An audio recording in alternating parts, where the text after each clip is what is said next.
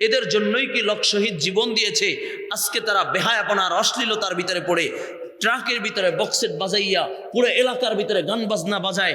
ওই শহীদদের রক্তের কি দাম দিলা তুমি, ঠিক কিনা জোরে বলেন।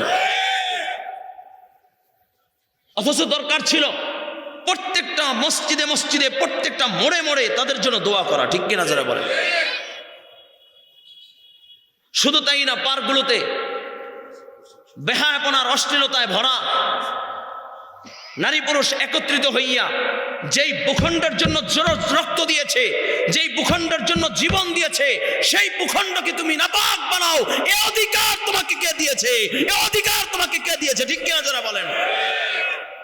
আজকে 16ই ডিসেম্বর বিজয় দিবস উপলক্ষে সারা বাংলাদেশেই মানুষ কোনো না কোনো আমলের ভিতরে লিপ্ত, হয়তোবা কোনোটা বৈধ, কোনোটা অবৈধ, কোনোটা আল্লাহর কাছে প্রিয়, কোনোটা অপ্রিয়। যেমন আপনারা দেখেছেন, যারা এদেশের জন্য অক্লান্ত পরিশ্রম করেছেন, রক্ত দিয়েছেন, এদেশকে বিজয় করতে গিয়ে ইজ্জত হারাইছেন, কেউ কোনো মা সন্তান হারাইছেন, কোনো বোন তার স্বামী হারাইছেন, কোনো পরিবার তার সন্তান হারায় ফেলছে, ঠিক কিনা জোরে বলেন। লাখ শহীদের রক্তের বিনিময় এ ভূখণ্ড পাইলাম 56,000 বর্গমাইল লাল সবুজ পতাকা, এক সুন্দর স্বাধীন এক ভূখণ্ড পাইলাম, আল্লাহ তাআলার দেওয়া নিয়ামত, ঠিক কিনা জোরে বলেন।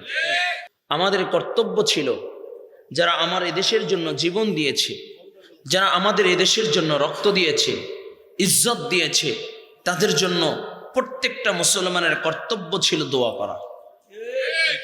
কথা বলে না, কথা বলে না। প্রত্যেকটা মুসলমানের দরকার ছিল তাদের জন্য হাত উঠাইয়া চোখের পানি ফেলানো, ঠিক কিনা জোরে বলেন। কারণ আমরা আজাদিয়ত পেয়েছি, আমরা গোলামিয়াতের জিনজির থেকে আজাদিয়ত পেয়েছি, ঠিক কিনা জোরে বলেন। কিন্তু আমরা তাকায়া দেখলাম, যারা র্যালি করছে, যারা মিছিল করেছে, অনেকে ফজর পড়ে নাই, জোহর পড়ে নাই, আসর পড়ে নাই। কিন্তু আমি তো আশ্চর্য হয়ে গেলাম, রাজনীতিবিদদের কথা ভিন্ন, কিন্তু কিছু কিছু যুবক সন্তানদেরকে দেখে আমি বড় হতবাক হয়ে গেলাম, বড় আশ্চর্য হয়ে গেলাম, আমি বড় লজ্জায় পড়ে গেলাম। এদের জন্যই কি আমার মা বোনরা ইজ্জত দিয়েছে? এদের জন্যই কি লোক শহীদ জীবন দিয়েছে?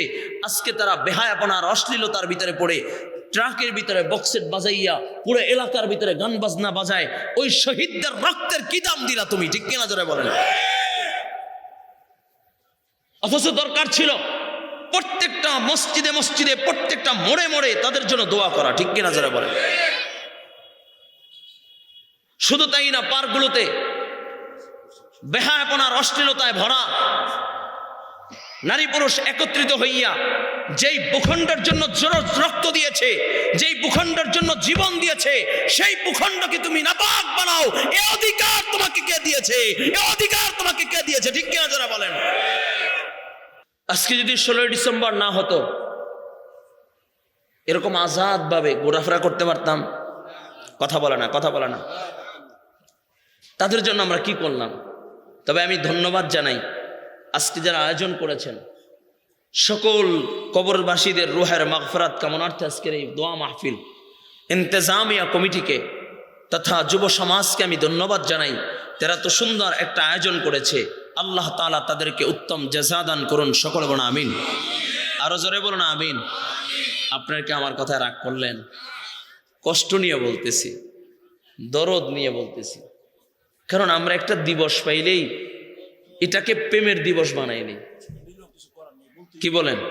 এটা দিবস পাইলেই, সেটা হোক 21শে ফেব্রুয়ারি, হোক 26শে মার্চ, হোক 16ই ডিসেম্বর, আমরা পাইলেই সেটাকে প্রেমের দিবস বানাই দিই, ঠিক কিনা জোরে বলেন।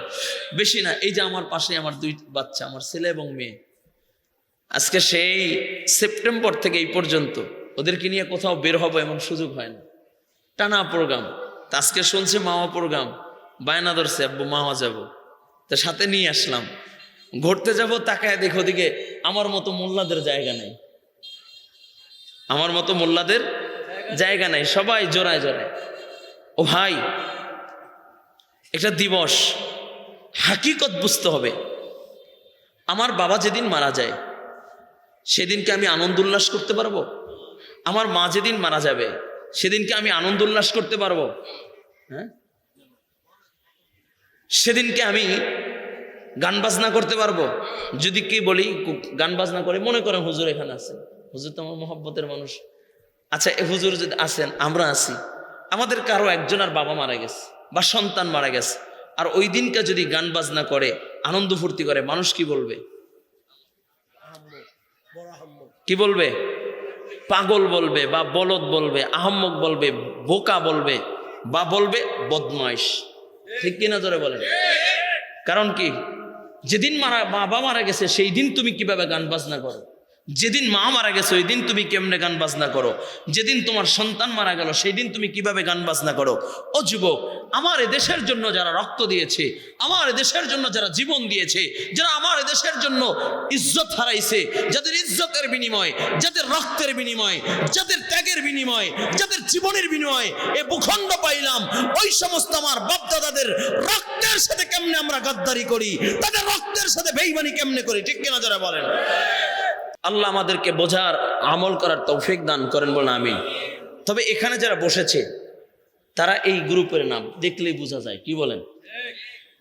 হায়রে ভাই, আশ্চর্য একটা শোক দিবস, ঠিক কিনা? এই দিবসে তো অনেক মানুষ বিজয় উদযাপন করেছে, স্বাধীনতা অর্জন করেছে, কিন্তু রক্তের বিনিময়ে তো অর্জন করেছে, ঠিক কিনা? কথা বলে না। তা আপনি আমি স্বাধীনতা কেমনে পালন করি, আর রাসূল আকরাম সাল্লাল্লাহু আলাইহি ওয়াসাল্লাম কেমনে পালন করছে একটু বুঝাবো। আল্লাহর নবী সাল্লাল্লাহু আলাইহি ওয়াসাল্লাম মক্কা থেকে হিজরত করে মদিনায় আসলেন। মদিনা আসার পরে এক পর্যায়ে আল্লাহ পাক রব্বুল আলামিন ফতেহ মুবিন, আল্লাহ তাআলা এক মহা বিজয় দিলেন, মক্কা বিজয়। বলুন সুবহানাল্লাহ। আল্লাহর হাবিব সাল্লাল্লাহু আলাইহি ওয়াসাল্লাম মক্কা বিজয় করলেন। রাসূল আকরাম সাল্লাল্লাহু আলাইহি ওয়াসাল্লাম মক্কায় বিজয় করলেন কেমন? তরবারির বিনিময় না, আদর্শের বিনিময়। সুবহানাল্লাহ কন্যা। রাসূল আকরাম সাল্লাল্লাহু আলাইহি ওয়াসাল্লাম মক্কা ঢুকলেন, আল্লাহ তাআলা মক্কাকে অনুকূলে এনে দিলেন, বিজয় দান করলেন। এখন মক্কার প্রেসিডেন্ট হলো আমার নবী, যে কয়েকদিন আগেও মক্কা থেকে হিজরত করে, মানে নিজের বাপ দাদার বিটা ছাইরা মক্কা থেকে মদিনায় চলে গিয়েছিলেন। আজকে সেই মক্কার প্রেসিডেন্ট। চিল্লায় কন্যা আল্লাহু আকবার। নবী আমার যখন মক্কা বিজয় করলেন, সাহাবায়ে কিরামদেরকে নিয়ে আল্লাহর নবী রাহমাতাল লিল আলামিন নবী, দো জাহানের বাদশা নবী মুহাম্মদুর রাসূলুল্লাহ সাল্লাল্লাহু আলাইহি ওয়াসাল্লাম সাহাবায়ে কিরামদেরকে নিয়ে আল্লাহর নবী মশওয়ারায় বসলেন। ও আমার সাহাবায়ে কিরাম, আল্লাহ পাক রব্বুল আলামিন এক বিজয় দান করেছেন, আমাদেরকে এক মহা বিজয় দান করেছেন, ফাতিহ মুবিন দিয়েছে। সাহাবায়ে কিরাম, তোমাদের দিলের কোনো তামান্না আসেনি, দিলের কোনো চাওয়া পাওয়া আসেনি? এই মহা বিজয়ের দিনে তোমাদের কোনো চাওয়া পাওয়া আছে? বলো বলো, আমি মুহাম্মদুর রাসূলুল্লাহ পূরণ করার চেষ্টা করব। এমন সময় সাহাবায়ে কিরাম চোখের পানি সাইরা সাইরা ডাক দিয়া বলি, ইয়া রাসূলুল্লাহ, ইয়া হাবিবাল্লাহ,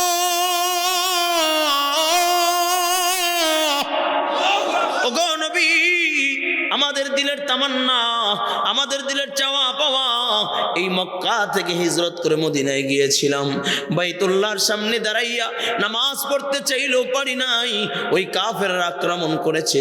এমনকি নবী, আপনি এই বাইতুল্লাহর সামনে যখন সিজদা দিয়েছেন, কাফেররা আপনার উটে, আপনার গাড়ির উপরে উটের নারী বুড়িগুলো চাপায়া দিয়েছে।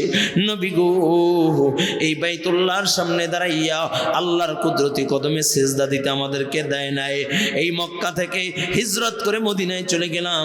আজকে যেহেতু আল্লাহ তাআলা ফাতিহ মুবিন দিয়েছি, মক্কা বিজয় দিয়েছি, নবী গো, আমাদের দিলের তামান্না আজকে এই বাইতুল্লাহর সামনে ইমাম হিসেবে দাঁড়াইবেন মুহাম্মদুর রাসূলুল্লাহ, আর আমরা সবাই মুক্তাদি হিসাবে আল্লাহর নবীর পিছে দাঁড়ায় যাব। নবী ইমামতি করবে আর আমরা নবীর পিছনে মুসল্লি হিসাবে কাতারে দাঁড়ায় যাব। চিল্লায় কন্না আল্লাহু আকবার। কত সুন্দর স্বপ্ন। নবী বলেন, তাহলে আজান দাও, আজকে ইমাম হবে আল্লাহর নবী, বাইতুল্লাহর সামনে দাঁড়াইয়া হাবিবুল্লাহ ইমামতি করবে, আর আল্লাহর মাহবুব বান্দাগুলো সাহাবায়ে কেরাম নবীর পিছনে নামাজে দাঁড়ায় যাবে। আজান দাও। সাহাবায়ে কেরাম ডাক দিয়ে কয় আবু বকর আজান দাও, আজান দাও। এই মক্কার সামনে দাঁড়াইয়া কত মার খেয়েছো রে আবু বকর, ইসলামের জন্য কত রক্ত ঝরাইছো রে আবু বকর, আজকে আজান দাও। কেউ আবার ডাক দেয়া কয় আমার এই মক্কার সামনে দাঁড়াইয়া, বাইতুল্লাহর সামনে দাঁড়াইয়া সর্বপ্রথম নাঙ্গা তরবারি নিয়া আল্লাহু আকবারের ধ্বনি তুমি দিয়েছিলা, আজকে ওমর তুমি আজান দাও। আবার কেউ ডাক দেয়া কয় আলী তুমি আজান দাও, উসমান তুমি আজান দাও। এভাবে সাহাবায়ে কেরামের ভিতরে মতনক্য শুরু হয়ে গেল, কে আজান দিবে। এমন সময় জিবরাইল আমার নবীর সামনে হাজির, ডাক দেয়া বলে ইয়া রাসূলুল্লাহ ইয়া হাবিবাল্লাহ, ওগো নবী আজকে আবু বকর আজান দিবে না, ওমর আজান দিবে না, ওসমান আলী আজান দিবে না, আজকে আজান দিবে বিলাল। এই মক্কার জমিনে কত রক্ত ঝরাইছে বিলাল, যেই বিলালকে গোলামের বাচ্চা গোলাম বলিয়া গালি দিয়েছে, যেই বিলালকে গোলামের বাচ্চা গোলাম বলিয়া গালি দিয়েছে, ওই উমাইয়া ইবনে খালদ বিলালকে পিটাইছে। আমি আল্লাহ আজকে বিলালকে দিয়ে আজান দেওয়াই আমি আল্লাহ দেখাইতে চাই, ইসলামের ছায়া তলে যারাই আসবে আল্লাহ তাআলা তাদেরকেই চমকায়া দেয়। সুবহানাল্লাহ।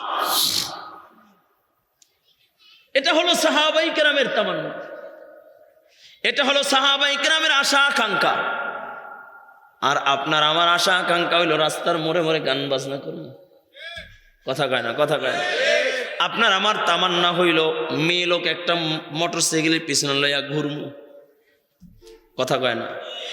আপনার আমার তামান্না কয় ট্রাকের ভিতরে ডেক সেট নিয়া বক্স উঠাইয়া পুরা রাস্তাকে গরম করে চলবো।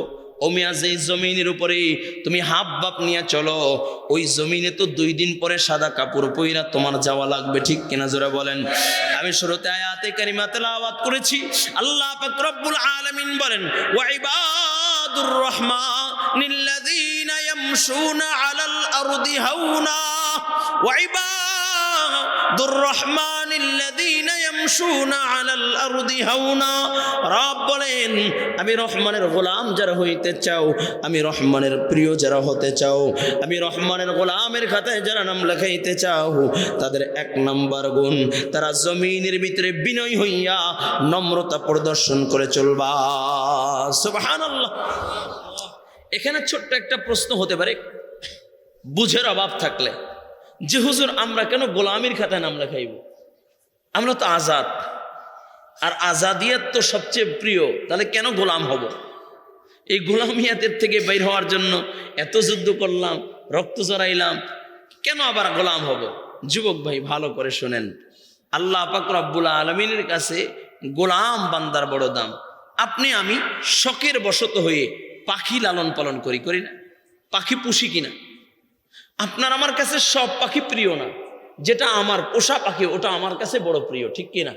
আপনার আমার কাছে সব বিড়াল প্রিয় না, যেটাকে আমি পুষি, যেটা আমার ঘরে থাকে সেটা প্রিয়। আপনার আমার কাছে সব কুকুর প্রিয় না, যেটা আমার ঘরের সামনে পাহারা দেয় সেটাই আমার কাছে প্রিয়, ঠিক কিনা। আজাদ পাখির দাম নাই, ছোড়া পাখি বান্দা বলে ছোড়া পাখি, যেই পাখি আমার হাতের নাগালে ওই পাখির আমার কাছে কোনো দাম নাই। লালিত পালিত পোষা পাখির বড় দাম, আজাদ বিড়ালের কোনো দাম নাই, গোলাম বিড়ালের বড় দাম। আজাদ কুকুরের কোনো দাম নাই, গোলাম কুকুরের বড় দাম। ঠিক আল্লাহ পাক রব্বুল আলামিনের কাছে আজাদ মানুষের কোনো দাম নাই, গোলাম মানুষ যে হবে, যে আল্লাহ তাআলার গোলামিয়তকে গ্রহণ করতে পারবে, আল্লাহ তাআলার কাছে তার বড় দাম। সুবহানাল্লাহ। কয় কেমন দাম? কয় সবচেয়ে ছোট গোলাম যে রব্বে করিমের সামনে গোলামিয়াতকে গ্রহণ করতে পারবে, রবের গোলামিয়াতের খাতায় নাম লেখাইবে, এমন ছোট গোলামকে আল্লাহ পাক রব্বুল আলামিন এই দুনিয়ার 10 দুনিয়ার সমান একটা জান্নাত দিয়ে দিবে। বলুন সুবহানাল্লাহ। হয় নাই? আরো জোরে বলেন আল্লাহু আকবার, আরো জোরে আওয়াজ করে বলেন আল্লাহু আকবার। আল্লাহ তাআলা সেই গোলামদের পরিচয় বলেন, যাদেরকে আল্লাহ তাআলা জান্নাত দিবেন, ওই জান্নাতি গোলামদের পরিচয় আল্লাহ তাআলা বলেন ওয়া ইবাদুর রাহমানিল্লাযীনা ইয়ামশুনা আলাল আরদি হাওনা। রব বলেন যারা আমি রহমানের গোলাম হবা তাদের 1 নাম্বার গুণ, তারা জমিনের ভিতরে চলবে বিনয় হইয়া, অহংকার অহমিকে নিয়ে চলবে না, হাবভাব নিয়ে চলবে না, বিনয়ের সাথে চলবে। সুবহানাল্লাহ। যুবক ভাইরা যারা আসছি, আমরা তো রাস্তায় অনেক সময় চলি, শার্টের বুদাম খুইলা বুকটা টান টান করে, সিনা টান টান করে, এই আমার মতো কে আছে, ঠিক কিনা? পাশে মুরব্বি দাঁড়ানো, এরকম ধাক্কা দিয়ে চলে যায়, মিয়া ছাড় দাও। কেউ তো আবার সিগারেট দইরা দিয়া, মুরব্বি দেখি না, বাবার সমতুল্য লোক দেখি না, মুখের উপর দোমাসারি। না না না, এটাকে গোলামিয়াত বলে না। আল্লাহ কয় যারা আমার প্রিয় হইবা, যারা আমি রহমানের গোলাম হতে চাও, তাদের 1 নাম্বার গুণ, তারা বিনয়ী হইয়া জমিনের ভিতরে নম্রতা প্রদর্শন করে চলবে। সুবহানাল্লাহ। এটা হলো রহমানের গোলামের 1 নাম্বার গুণ। 2 নাম্বার, ওয়া ইযা খাতাবাহুমুল জাহিলুনা ক্বালু সালামা। যারা আমি রহমানের গোলাম হতে চাও, তাদের 2 নাম্বার গুণ, কয় তাদেরকে যদি কেউ গালি দেয়, গালির জবাব গালি দিয়া দিবে না, মাইরের জবাব মার দিয়া দিবে না, তারা তার জন্য শান্তির দোয়া করবে। ওয়া ইযা খাতাবাহুমুল জাহিলুনা ক্বালু সালামা। সুবহানাল্লাহ। কয় রহমানের গোলাম যারা হইবা, আল্লাহ তাআলার গোলামির খাতায় যারা নাম লেখাইবা, তাদের 2 নাম্বার গুণ, কয় তাদেরকে যদি কেউ মারধর করে, তাদেরকে যদি কেউ গালি দেয়, গালির জবাব গালি দিয়ে দিবে না, মাইরের জবাব মার দিয়ে দিবে না, তারা তার জন্য শান্তির দোয়া করবে, শান্তির দোয়া করবে। বলুন সুবহানাল্লাহ। যেমন আমার নবী রাহমাতাল লিল আলামিন নবী, দো জাহানের বাদশা নবী মুহাম্মদুর রাসূলুল্লাহ সাল্লাল্লাহু আলাইহি ওয়াসাল্লাম যেই রাস্তা দিয়ে হাঁটেন, ওই রাস্তার ভিতরে উম্মে জামিল, আবু লাহাবের বিবি, নবীর চাচি, রাস্তার ভিতরে কাটা দিয়া যায়, যেন আল্লাহর নবীর পায়ের ভিতরে কাটা বিঁধে, নবীর যেন বড় কষ্ট হয়, আল্লাহর নবীর যেন পায়ে কাটা বিঁধে, নবীর যেন বড় কষ্ট হয়, এই জন্য রাস্তার ভিতরে কাটা দিয়ে রাখে। নবী ওই কাটা সরাইয়া সরাইয়া সরাইয়া সরাইয়া চলে যায়। নবীরা কাটা সরাইয়া নবী রাস্তা দিয়ে হাঁটেন। একদিন দেখে নবী রাস্তার ভিতরে কাটা নাই। নবী বুঝতে পারলেন যে কাটা দেয় হয়তোবা সে অসুস্থ। নবী আমার ইয়াদাতুল মরিজ করার জন্য, নবী আমার ইয়াদাতুল মরিজ করার জন্য ওই মহিলা উম্মে জামিলের বাড়িতে চইলা যায়। এটা হলো নবীর আদর্শ, এটা হলো নবীর সুন্নাহ, ঠিক কিনা?